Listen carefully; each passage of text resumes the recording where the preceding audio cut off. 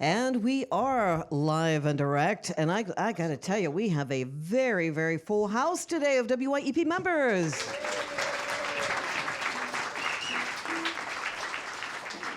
I'm Rosemary. It's always a thrill when I get a chance to hang out with somebody that I first met, 40 some years ago.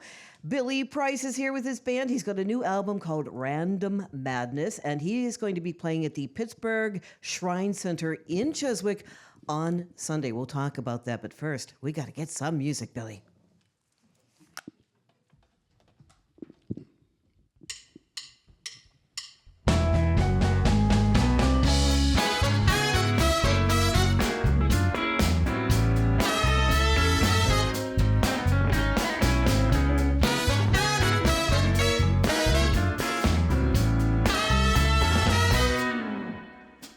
My tongue starts moving, I just make things worse. Verbal proficiency is not a blessing, it's a curse. I empty everything out of my head. I was a fool for the things that I said. The things that I said. Selective disclosure just might be enough. No need to say what I really think when the going gets rough. Some topics are best deferred right before bed. I was a fool that I said, for the things that I said, the things that I said. Good intentions die at the gates of hell. My epitaph will be, he thought he meant well.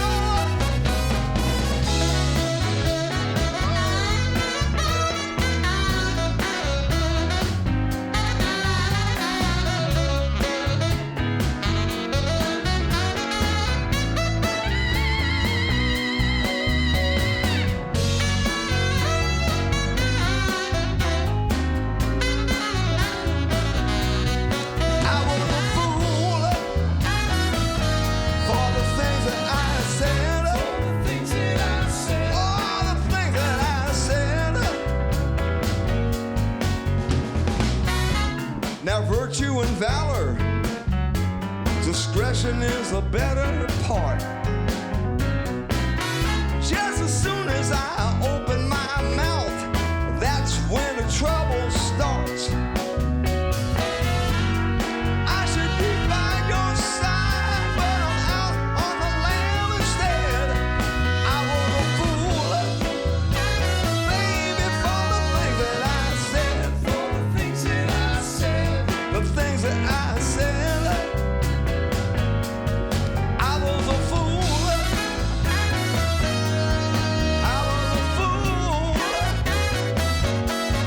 I was a fool, baby, for the things that I said, for the things that I said. Oh yeah, for the things that I said. Thank you. Yeah. Billy Price, I don't think you're getting tired of doing this music thing. No. No, you're going to be doing no. this. Well, you're at album number 22 now, which it's an accomplishment. I think that's amazing. So how does an album come into fruition? I'm thinking about, Billy singing at home and, you're just sitting in the chair, sitting back, and then the clock strikes 12 and you think, I got to do an album. I haven't done an album for a while. How's it happen? Yeah, well, you work an album and it sort of does what it's going to do. And then I start to think, well, what's going to be next? And first idea I had in mind, I wanted to work again with Tony Bronigal, the great producer who did my album Person of Interest on the Little Village label. That was in 2024. And I wanted to work with Tony again, but I really wanted to use my band. And Tony had done an album with a blues guy named Coco Montoya. And it was a similar situation. Coco wanted to use his band on the album, and Tony did that. So I started to socialize that idea with Tony. Man, check out my band on YouTube, man. They're really good. And we played at the Blues Music Awards last year, and Tony was there, and he got a chance to hear the guys and get to know a few of them a little bit. And he liked the idea of coming to Pittsburgh and working with us. So.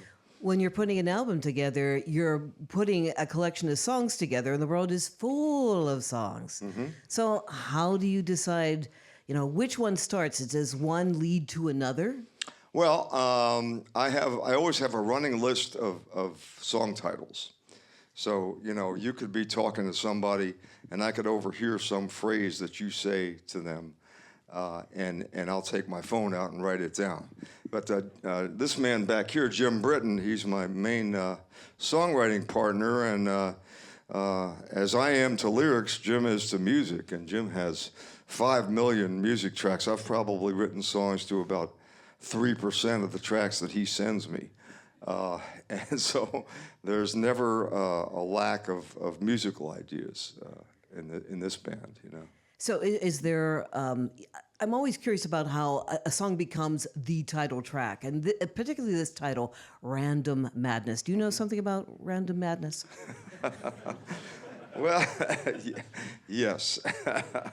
But yeah, of all the songs on this album, that song is, I don't know, you could say the most personal or the deepest or something. Really, I think we really dug deep on that song, and I think it's a great combination of lyrics and music. We'll be doing it toward the end. Actually, the last song we're going to do today, we'll do that song. But yeah, so another thing is, before I have an album title, I'll look at all the songs that we finished and say, okay, what sounds like an album title? And that's how we came up with Person of Interest, Do you find that as you get further and further into what you're doing, do you feel more comfortable in revealing more about who you are in a song? No doubt about it. Yeah. I was just doing an interview with somebody today, and he had mentioned, well, some of these songs, it sounds like you're writing about things that actually happened to you, that troubled you and stuff. And I said, well, since I'm approaching my demise, quicker and quicker every day, and this is the only real form of immortality I'm going to achieve, I'd rather be remembered for who I am than who I was pretending to be, right? That's a great thing. Since you mentioned, you've been doing this for a long time, and your voice is something that it's what you do. You have to protect it. I'm wondering, after all these years, and you still sound great, how do you protect the voice? I mean, you're out on stage. I'll tell you something, Rosemary. I have heard it all. Honey with lemon and sugar, or tea with lemon and honey. Gargle, steam. Nothing works. Nothing works, really. Well, just to put you on the spot here, when you're doing a lot of shows and you're doing touring, yeah. It's not just your voice. You have to take care of the rest of you. You have to take care of your whole body. Well, that's true, sure. I mean, you have to have learned over the years. I'm sure there were points when you were younger where you did something that was pretty stupid, didn't work. Mm-hmm. And now here you are, still standing. What do you attribute that to? It's just the obvious stuff, get a lot of sleep, try to eat well, nothing magical, really. You've never thought about doing a Billy Price stay in shape kind of a tape? Well, might be an idea if the voice finally goes. It'd be a whole lot of fun. Might be a different hustle. So in 2016, I want to make sure I got this right. You were named Pittsburgh Rock and Roll Legend. Okay, so, and I think that's interesting because they said rock and roll legend. Mm-hmm. There's a thin line between rock and roll and blues, but as I was talking to you earlier, you also pointed out it's really a mesh of all different sounds. Like, you don't really neatly fit into any. I don't really particular fall into any obvious category. I think that's true. I'm sort of in the blues world. I mean, I go to the Blues Music Awards every year in Memphis, and I get nominated in the soul blues category, whatever that means. But I'm not. I sing a lot of blues-based music, but I'm not by any means a Chicago-style blues guy, and I don't fit comfortably into the blues rock genre either. Which is largely a guitar-oriented thing. And I've always been more. Sorry, Ian, but I've always been, I've always been more keyboard and horn based than guitar based. Even though I've had some great guitar players in my bands. So when you were a kid, you didn't think I want to be a rock and roll star? When I was a kid, yes. But then you discovered something? Yeah, I used to imitate Elvis Presley. I played a little guitar at the time and entertained my parents and my friends. And I got in garage bands when I was in junior high school, and I was always the one that wanted to do, Young Rascals and Wilson Pickett and stuff like that. And the other kids wanted to do Beatles and Kinks and whatever. And then you became Billy Price. Then I became Billy Price, right? Well, Billy Price, you want to talk about the Sunday show before we do a couple more tunes? Sure. So we're going to be at a place called the Syria Shrine Center, or the Pittsburgh Shrine Center, and it's right off 28 in Cheswick, which is not far at all from the city. And it's going to be starting at 5 p.m., and opening the show is my friend Bill Toms and Will Condrich, going to do an acoustic set. And then we're going to go on at about 7 o'clock, and we're going to have more people with us than we have on stage here. We're also going to be having the great Reggie Watkins on trombone, who is on our album, and a wonderful trio of background singers called the BGVs, a.k.a. background vocals. And so, yeah, they're going to be up there with us, and we're going to just do all the songs and some other songs. Okay, well, take it away, Billy Price Band. All right. Curiosity, yes? Okay. We don't want to have half of us starting one song and half of us starting another.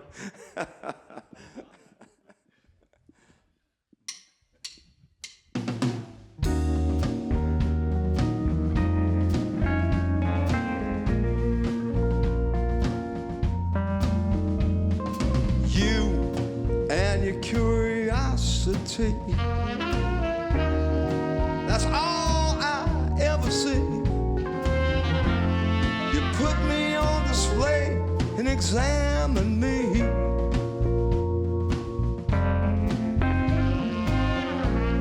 Interrogate me closely. Dig inside my brain. Slice me on the table till I feel the pain. It seems you never tire.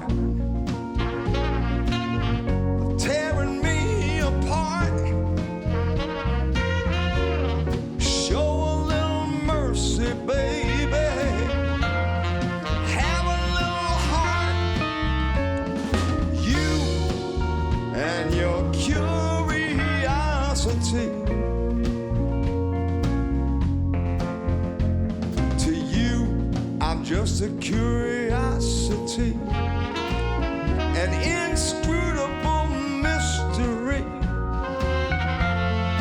What is it you're after? What is it you're trying to see? Oh, if I knew the answer, you'd be the first to know. What you see is what you get. I am not putting on a show. You probe my motivations, attack me like a hawk, flying for the kill, baby. Every time we talk, you and your curiosity.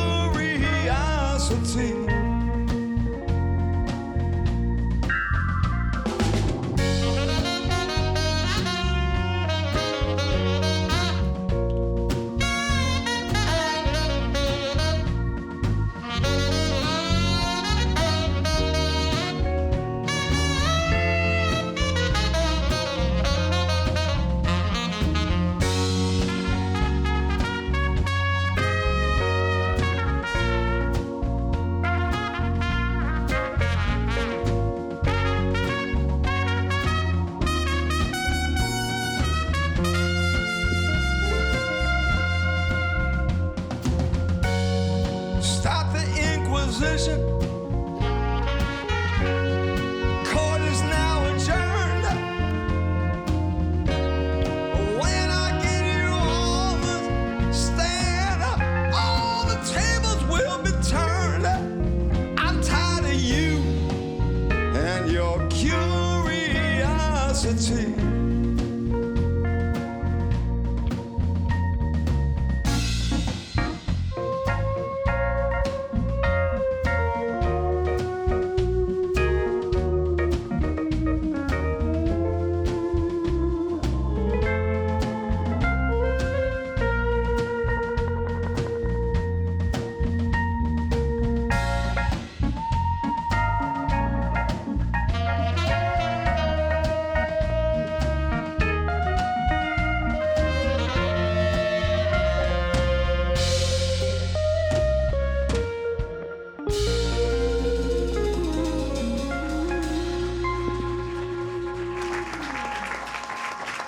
Thank you. I'm going to introduce the band, okay, Rosemary? Yeah, so that's Ian Arthurs on guitar, and Tom Valentine on bass, David Ray Dodd on drums, Jimmy Britton on keyboard, Joe Hightone Herndon on trumpet,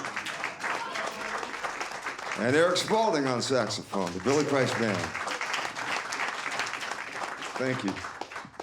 Said what I said. Here we go.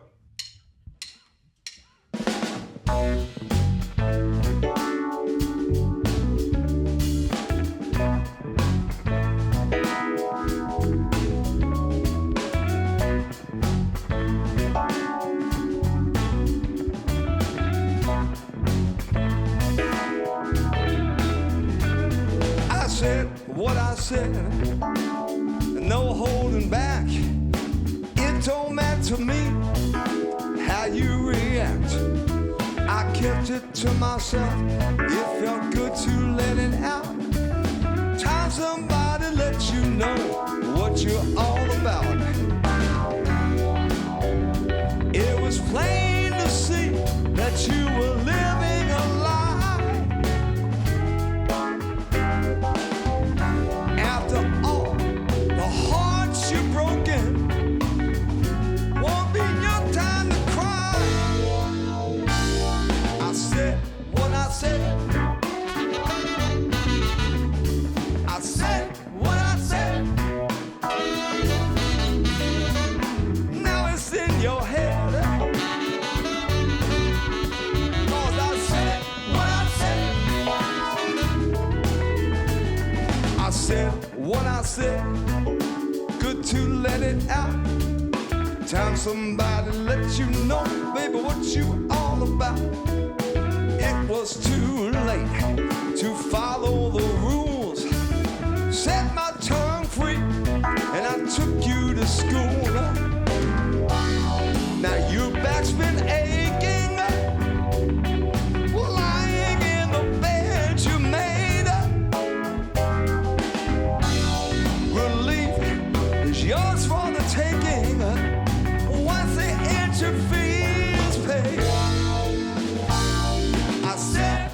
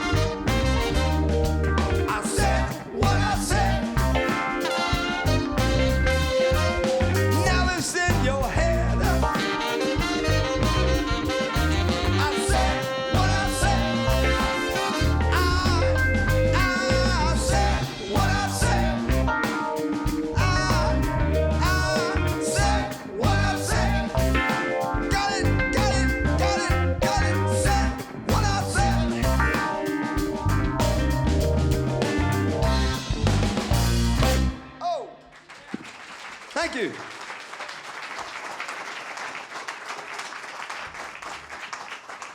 Oh, this is WYEP. We have Billy Price and his band live here in the studios. Random Madness is the new album, Pittsburgh Shrine Center in Cheswick. This coming Sunday with the music kicking off at 5 o'clock, all kinds of good stuff. You know, I'm watching you up there, and it seems like certain songs bring out certain attitudes in you. You think? I think so. You know, it's like I see this person emerging in every song. You got to tell me, like, what draws you to a song and how would it impact you on stage or in the studio? I like singers who embody songs and who you believe them when you watch them sing. That's a quality of the great soul singers that I learned from and admire and watched very carefully. So if I am unable to embody the lyrics and put the lyrics across, I mean, it's almost like being an actor, you know. It's a big part of what I try to do. Well, since you mentioned, you know, people that really had an impact on you, Otis Clay. Otis Clay, yeah. We got to talk about Otis Clay. You did an album with him. Yeah, I did. So in 1982, I was in a band called Billy Price and the Keystone Rhythm Band, and actually Dave Dodd and Tom Valentine were in that band. So I had a manager at the time, a guy named Tom Carrico, and Tom had managed the Nighthawks from Washington, D.C., and one of the things the Nighthawks always used to do was team up with great blues artists. You know, they would back up. In fact, I played a show when I was in the Rhythm Kings where the Nighthawks backed up the great Otis Rush in Washington, D.C. So it was a thing that the Nighthawks did and were successful doing that. So my manager said, you know, we should contact one of your heroes. We could try Syl Johnson or we could try Otis Clay. And so we tried to get a hold of Syl Johnson, and that never worked. And we got a hold of Otis Clay, and Otis was very reluctant. I mean, he lived in Chicago, used to working with his own band. But the title song of my first album with the Keystone Rhythm Band was Is It Over? And that was a cover of a song that Otis had recorded for Cotillion Records under production by the great Rick Hall in Muscle Shoals. And so, you know, Otis listened to my version of Is It Over? And I guess he didn't barf too badly. He thought it was okay, you know, and we got to talking, and I guess he detected a certain level of sincerity from me, and he finally agreed to come east and perform with us. So we played Mancini's down in McKees Rocks, and then we played in Washington, D.C. I forget exactly where we played there. Maybe, Desperados. And yeah, it was just crazy, wonderful, great. I was standing on stage, and Otis Clay is here. We both were singing Is It Over? And I was so emotional I almost couldn't continue. I just couldn't believe my good fortune. I was talking years later to a guy who played with Albert Collins, and he said, man, Otis was talking all around Chicago. I gotta go play with these guys. And then he came home after the trip, and he was like, man! So we made the sale. So we worked together lots and lots of times after that, sometimes with my band, sometimes with Otis's band. And then 2016 or so, or 15, I had been talking to Duke Robillard, the great guitar player from New England, about producing an album on me, and we were just in the early stages of talking. And then Otis went away on one of the legendary rhythm and blues cruises, and he called me after he got home, and he said, you know, a lot of people were saying to me, you should do a full-length album with Billy Price. What do you think? And I said, well, of course. But Otis had been on a couple of my earlier albums. He does a cameo on the Soul Collection and also on Nightwork, so we had recorded together before. But so I called Duke Robillard and said, man, what do you think about producing me and Otis Clay? And so, again, what do you think Duke said? Of course he said he'd love to. So I recorded all of the rhythm tracks with Duke and his great band in Rhode Island, and then we went to Chicago and recorded all the vocals there with me and Otis, and Otis's wonderful background singers, just terrific singers, and just had a tremendous time there. And then after the album was released, it was starting to do something. We did a performance down the street here at the Rex Theater. You can find it on YouTube. And did one in Bethesda, Maryland. We combined different guys from my band and his band, and everybody meshed beautifully. It was a tremendous couple of days, and we had plans to tour and everything. And then, as fate would have it, early in 2016, I get a call from Joe Pratt, who was Otis's bass player, who had played with us, and said that Otis had passed. So never got a chance to do all that, but just very grateful that I had the chance to do that full-length album with Otis. To wrap this up, I do want to go back way to the beginning when you were a young buck, 1970s. You were the singer on 2 of Roy Buchanan's records. Mm-hmm. Now, when people listen to Roy Buchanan, they want to hear guitar. It's got to be a tough gig to be a singer on a Roy Buchanan. So I found out, yeah. So what did you learn as a singer about having to kind of compete with something like that? Well, the whole ethic or ethos or whatever you want to call it of what he was doing and what I wanted to do were different. I, being who I am, I preferred what I wanted to do to what he was doing. He's an amazing guitar player, but not really a band leader. Never really had much of an idea about writing actual songs.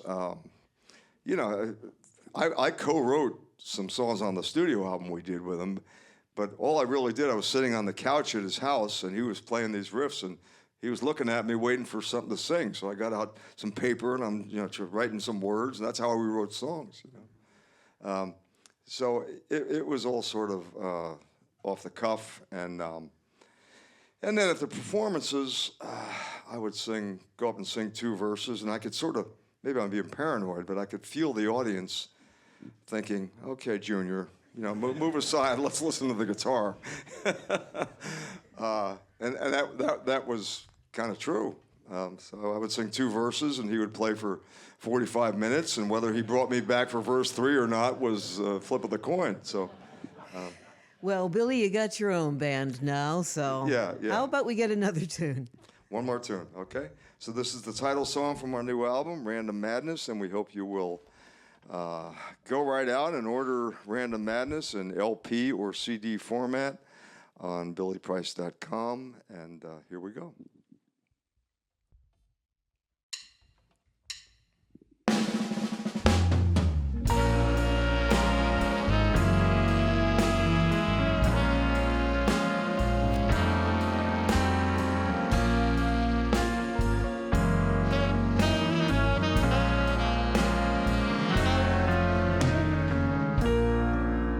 Gotta survive.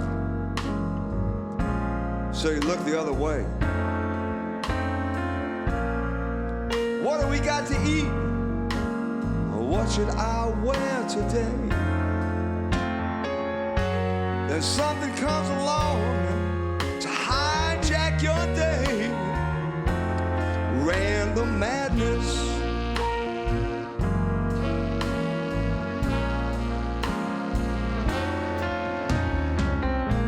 Distract yourself. Maybe go for a ride. The law of averages is on your side. Keep your eyes on the road and try not to collide with random madness.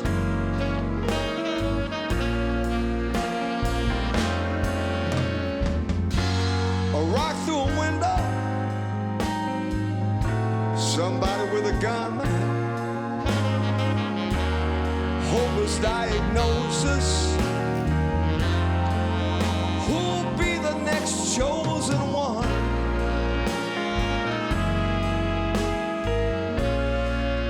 Who'll be the next chosen one.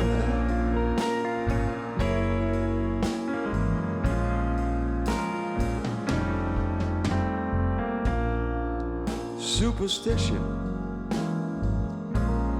hides the fear. Professional enablers tell you what you want to hear. Then at 3 a.m., something whispers in your ear. Random madness.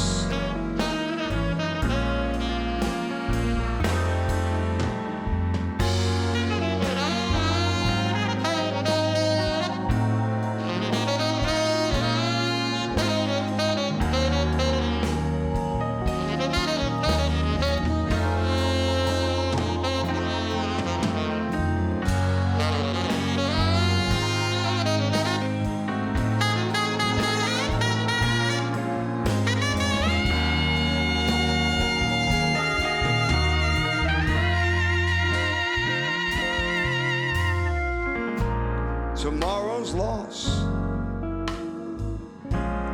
yesterday's gain,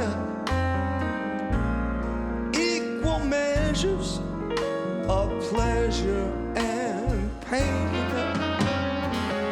When you add it all up, all that remains is random madness.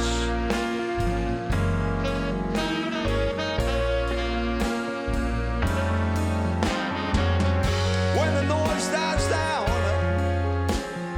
all that remains is random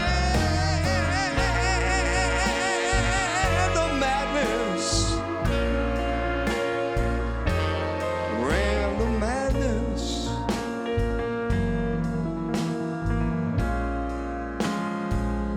Random madness. The random madness of the world. Random madness of the world.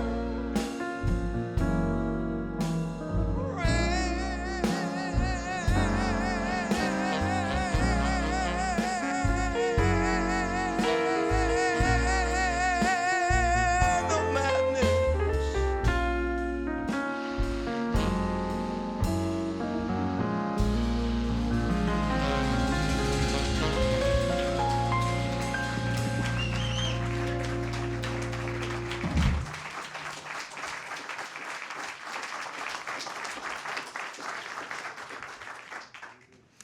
Billy Price, Random Madness, the album, and Pittsburgh Shrine Center in Cheswick this coming Sunday. Billy, always a pleasure to have you here. Thank you, Rosemary.